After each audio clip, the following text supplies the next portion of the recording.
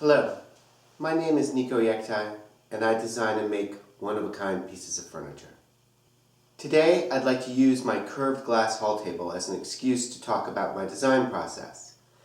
This piece began with the simple notion that I wanted to add a three-legged console table to my greater body of work.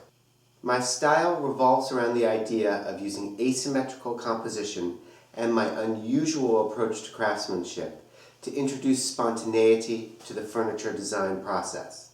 If I'm building a piece for a client, or if I have a lot of detail to work out, I'll take the time to make an intricate scale model where I can figure everything out ahead of time. I built enough furniture to know that with this table, I don't need to take that step and I can go straight to the final materials. I keep an inventory of steam-bent maple curves on hand for just this occasion. I grabbed a few and went to my workbench and began to juxtapose them until I was able to find the start of a meaningful composition. This is the moment when a piece really begins to come to life.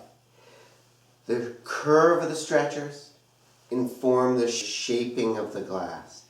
Together, the two started to lay out a path forward for the legs, which were not yet involved in the composition.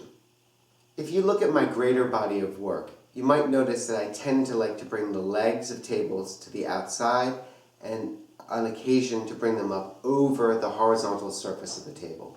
I use that moment as something unexpected that could bring a viewer in for a closer look or really call attention to the fact that this is not an ordinary piece of furniture. The first thing I did to the legs is I cut aggressive scoops and sharp facets into the legs where they transition to the floor plane. I think of this as a device to enliven that transition to the floor, essentially picking the piece up on tiptoes, sending the viewer's eye up and into the piece. I used the back leg to pinch the glass, which in a sense stabilized it for me, but more importantly, it ended in a wooden mountain poking up above the horizontal plane of the glass. I even added another ridge that comes out from it that mimics a curve beneath the glass. The idea is I want to bring the viewer's hand and then eye to the similarity between the curve over and under the glass.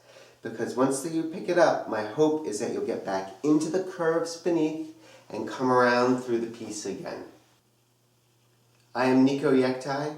Thank you for taking a moment to explore the design process with me.